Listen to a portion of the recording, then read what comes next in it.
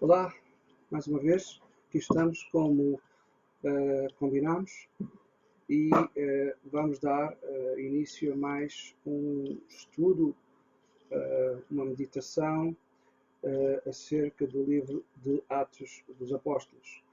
E temos vindo a estudar até ao capítulo 5.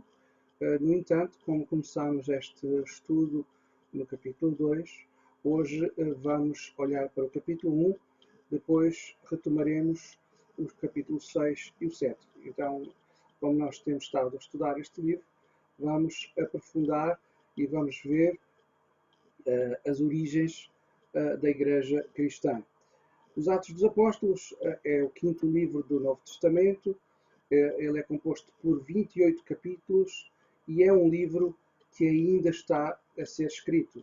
Ele é conhecido como Atos e descreve basicamente a história da Igreja Apostólica do Senhor Jesus Cristo, que enquanto o Senhor Jesus não voltar, então este livro ainda está a ser escrito. O autor, tradicionalmente, ele é identificado como Lucas, o doutor.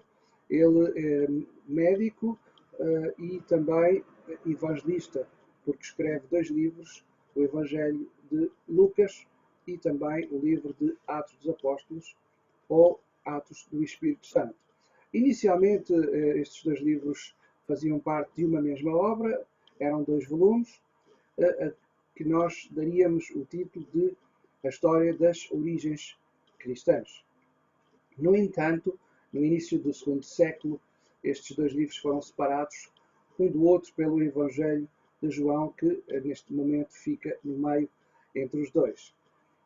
Este livro não é muito diferente dos Evangelhos, porque ele relata também a vivência, o mover do Espírito Santo. Então a palavra Atos, ele também demonstra um género reconhecido e caracterizado por livros que se descreviam na época. Atos de um povo, atos de uma cidade, atos de pessoas, não é? Então o título segue um costume, uma mentalidade da literatura grega, que por isso o seu nome Atos, não é? Ações, neste caso específico, ações dos apóstolos, ações do Espírito Santo. Então o objetivo deste livro é realmente mostrar a ação do Espírito Santo na primeira comunidade cristã e por ela até ao mundo, não é? Ao mundo ao seu redor e até hoje. A ação do Espírito Santo chegou até nós hoje, graças a Deus. Então, a difusão do Evangelho, a proclamação do Evangelho veio de Jerusalém e até ao lugar onde nós nos encontramos hoje, pela ação, pelo mover do Espírito Santo, pelo mover apostólico. Então este livro é basicamente dirigido a um personagem, Teófilo. Teófilo, que significa amigo de Deus, amado por Deus ou amando Deus. É uma pessoa, provavelmente uma pessoa muito importante, provavelmente um oficial romano, que nós encontramos uma palavra excelentíssimo Teófilo, não é? Então é um título honorífico, um título de honra, que somente era usado para governadores romanos, perdão. Então Teófilo seria realmente uma personagem importante de Alexandria. E talvez, como ele era amigo de Lucas, talvez um tutor ou mentor de Lucas. Até certa altura, diz a história, que ele pede a Lucas, não é, os pergaminhos, os textos, e ele próprio mais tarde vem a publicá-los, e graças a Deus que assim aconteceu. E agora nós temos nas nossas mãos o Evangelho de Lucas e também o relato, o livro de Atos dos Apóstolos, não é? Também escrito pelo evangelista e doutor Lucas.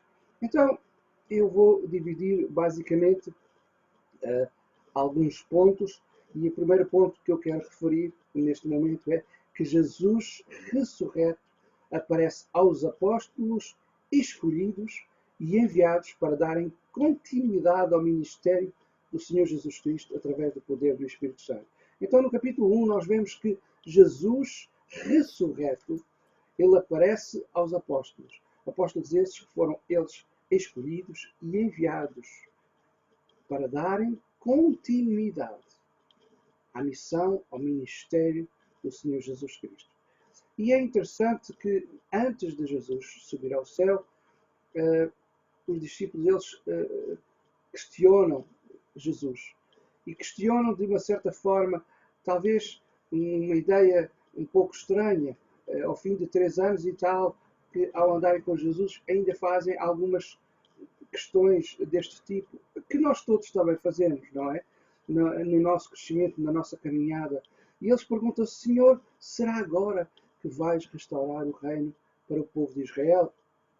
Era difícil para os discípulos, para os apóstolos, ainda assim perceber o projeto de Deus. Continuavam ainda com a mentalidade terrena, humana. Essa mentalidade será transformada pouco tempo depois com a experiência de Pentecostes que nós já referimos há algum tempo atrás no capítulo 2. Então o papel do Espírito Santo na minha vida e na tua vida e na vida da Igreja é um papel muito importante.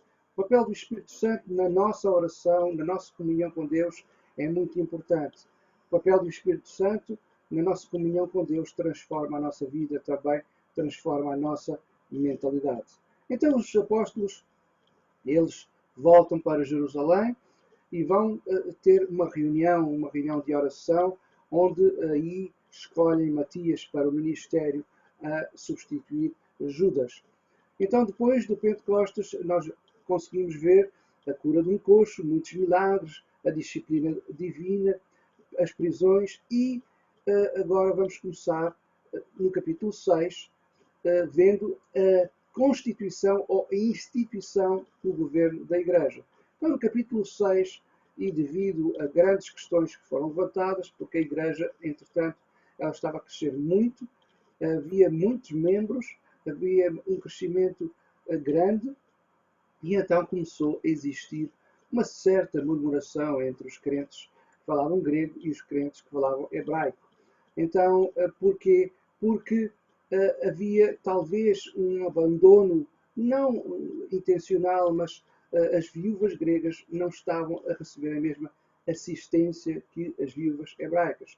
E assim, os apóstolos, eles decidiram, orando e separando para um trabalho, para um serviço prático de ajuda, de apoio e de socorro, separaram e consagraram homens de boa reputação, cheios do Espírito Santo, para desempenhar as funções de diáconos. Então aqui começa logo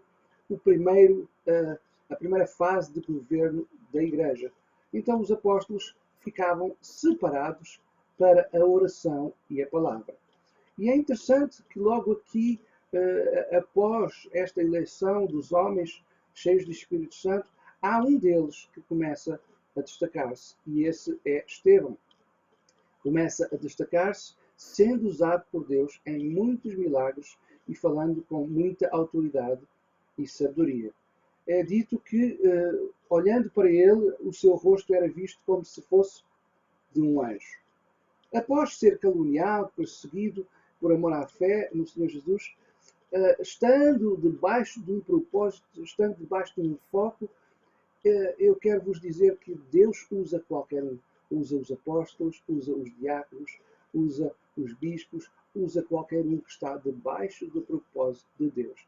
Então, passando do capítulo 6 para o capítulo 7, nós conseguimos constatar que Estevão testifica com grande sabedoria de Deus, que é concedida através do Espírito Santo. Ele fala perante o Sinédrio, fala perante a liderança religiosa e fala sobre a história de Abraão, José, Moisés, o que prova que ele era sábio. Em nada ele era leigo. E ele falava, diz a descrição, que ele falava com uma grande ousadia e grande autoridade. Ele falava debaixo do poder sobrenatural. Isto diz-nos que ele estava debaixo do mover apostólico. Sinais sobrenaturais é a prova do mover apostólico. Ele vivia o poder de Deus de uma forma incondicional. E Saulo, ele liderava a perseguição a Estevão. Diz esta mesma descrição que eles colocaram aos pés de Saulo as roupas de Estevão. É interessante que, sobrenaturalmente, Estevão morre apedrejado, mas sobrenaturalmente uma vida está para nascer. Uma vida espiritual está para nascer. Satanás pensou que ia destruir um homem, Estevão, o diácono, mas aquelas pedras profeticamente tocaram a vida de um outro homem, o líder da perseguição. Tocaram a vida de Saulo, tornando-se uma pedra viva, que daqui a algum tempo nós iremos falar sobre isso. Então, há aqui uma mensagem poderosa quando nós somos perseguidos, quando nós somos provados, quando nós ouvimos coisas que, de certa forma, nos desanimam. Eu quero te dizer nesta tarde, não desanimes perante qualquer tipo de perseguição. Não desanimes perante qualquer tipo de prova. Porque Deus pode usar-te, a mim e a ti, a todos nós, Deus pode nos usar perante a perseguição. Porque nós nunca sabemos quando nós estamos a falar com um propósito, quando nós estamos a falar com um objetivo, quando nós estamos a falar tudo planeado por Deus. Então aquela pessoa que pode ser aparentemente um inimigo do Evangelho, pode ser uma pedra viva que Deus vai levantar. Então, meu irmão, meu amigo, deixa-te usar por Deus. Deixa que Deus inspire a tua vida para que possas ser uma boca profética, uma boca apostólica para contagiares o poder de Deus, o mover de Deus na vida daqueles que eventualmente possam aparentemente estar a perseguir-te, aparentemente estar a difamar-te, aparentemente estar a mentir acerca de ti. Continua fiel a Deus e cumpre o propósito de Deus na tua vida. Deus ricamente te abençoe e até à próxima, se Deus quiser.